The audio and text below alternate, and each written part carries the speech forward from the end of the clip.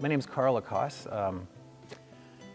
I have a really big passion in this world, and that's photography, and capture the life events of people, kind of like humanitarian outreach. I've done a lot of photography and video around the world, water wells in Cambodia, human trafficking in India, even helped out this latest episode of the earthquakes in Nepal. 1 year ago, all that kind of came to a halt. I was getting ready to plan a trip to the Philippines and go to Nepal and go through India. Well, on October 8th, 2014, I suffered a massive heart attack. The doctors call it a widowmaker, and the doctor said most people don't make it. I had massive chest pain. My arms weren't working. It felt like somebody cut me off right at the elbows. I was just like sweating out, just really drenching wet. My wife had come in. She was at the store, and somehow she had a gut feeling she needed to come home. She didn't know why, and all of a sudden when she came in, she was hollering for me, and I couldn't even speak. I just started sweating out. I was really super gray, and she said she's gonna call 911. I said, there's no time, take me now. So I talked her into taking me. The doctor said later I should have called 911, but I didn't.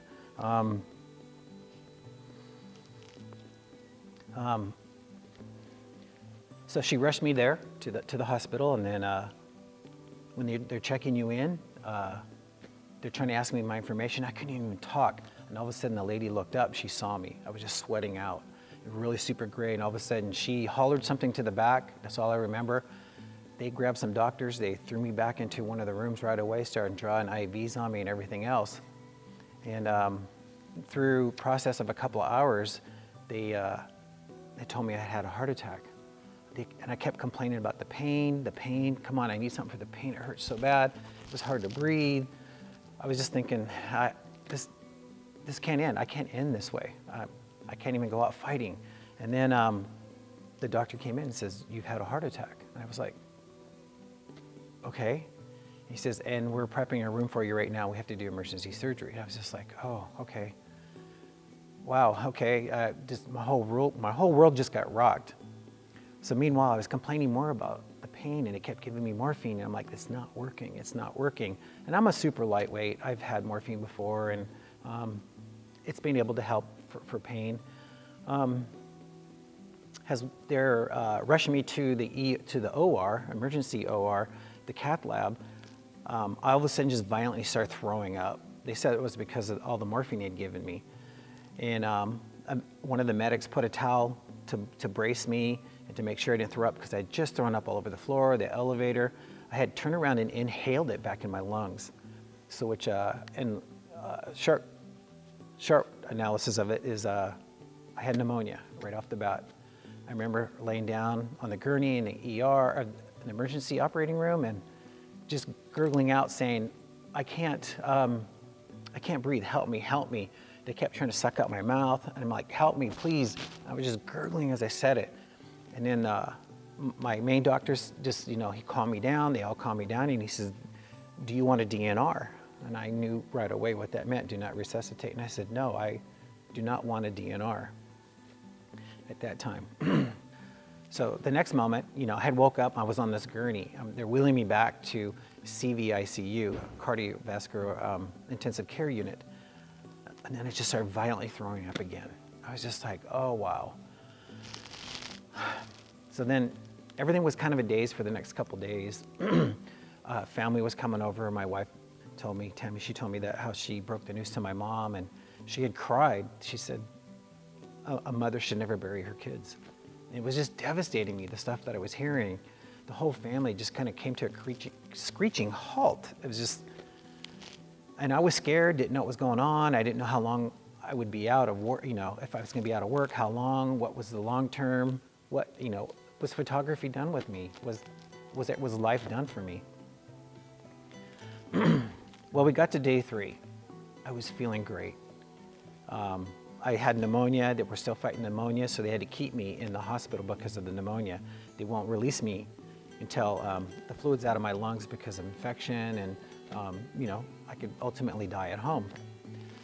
So I just walked the hallway, sat down on the edge of the bed. Next thing you know, I see a nurse running in. She charges in and her eyes wide open, looking at me, looking at the monitor, going back and forth, going just like really super quick. And then nothing. Next thing you know, I wake up, I feel my body jolting back. They're giving me chest compressions, and I could see the mask, a clear face mask over my face. I just started freaking out. I was just like, what is happening? And that's what I yelled. What's happening? Why me? Why? I was doing fine. I was just walking the hallways. And then one of my good friend's wife works in the department in CVICU. She turned around. When she heard that my room coded, she came running into my room. She knew it was me, and she got into my face, and she started yelling, "You're okay. You're going to be okay. That's why we have this really good team here." She just kept doing it. I just kept going, "Why? What happened to me? I was doing fine." Well, the doctors did warn us about something like this could happen, but I never heard it. They told me, maybe I did, but maybe I didn't. My wife knew about it. So my heart had so much trauma in it because they had to go in and put a stent in my heart for the Widowmaker and open that back up. And that's the bottom part of the heart where it can push up to 65% of the blood through your heart. Well, now at this point, I'm only down to 32%. So they say I'm very unstable with that, and the pneumonia and everything else, and that I could VTach where the heart just starts quivering, and then your blood flow stops, and that's what happened. I passed out. So later that day, I had several visits in the hospital with doctors and stuff. Everyone checking on me. It seemed like every other minute they were wanting to see how I was doing.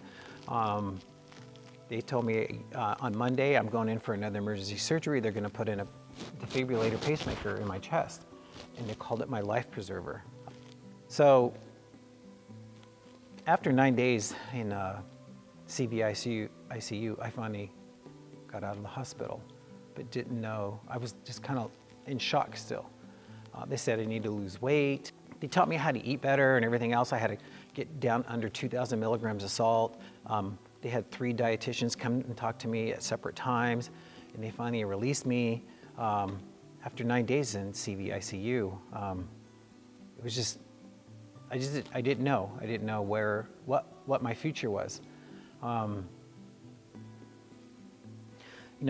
Leading up to this heart attack that, devastated my family, me. I was 53 at the time, I'm 54 now. The constant aches in the legs, the lack of circulation, always being tired. I'd go to sleep at 7 o'clock at night, wake up at 6 in the morning to go to work, and I'd be more tired. Could not understand it. And I just toss and turn all night. I just never got any really good sleep. I had no energy. I was always feeling sick, always feeling like I was gonna pass out. Anything that would cause my heart rate to go up, I would get really super lightheaded, and I could feel something in my chest not right, and just like I'm gonna pass out. Well, in the end, I've lost 30 pounds, taking really good care of myself. Pretty good scared the family, scared me. I've been able to travel around the world again. It's really great. The hospital did an amazing job. I was in cardiac rehab for about 4 months. It's just so many miracles around us. God has his hand in this whole thing. It was just really super awesome to be here to tell the story and help others that if this happens to you, you're feeling the fatigue, you're feeling out of sorts, always achy body and always super tired, go get a checkup, go get a physical, get yourself checked out. Yeah. When I had the heart attack on October 8th, a couple weeks later, I was supposed to be traveling to Nepal and to Bhutan and India and the Philippines, doing a video documentary for Ignite the World Ministries. Only God knows what would happen if I had the heart attack when I was there. I wouldn't be here today. Who knows? God knows. Again, if I went home after 2 or 3 days after having a stent, when they usually send you home, and I didn't have pneumonia, I would have coded at home. That's another big, huge miracle that, you know, I'm here today to tell you about it. I'm here to live another day and help the people of the world through photo documentary and video documentary. It's just a blessing.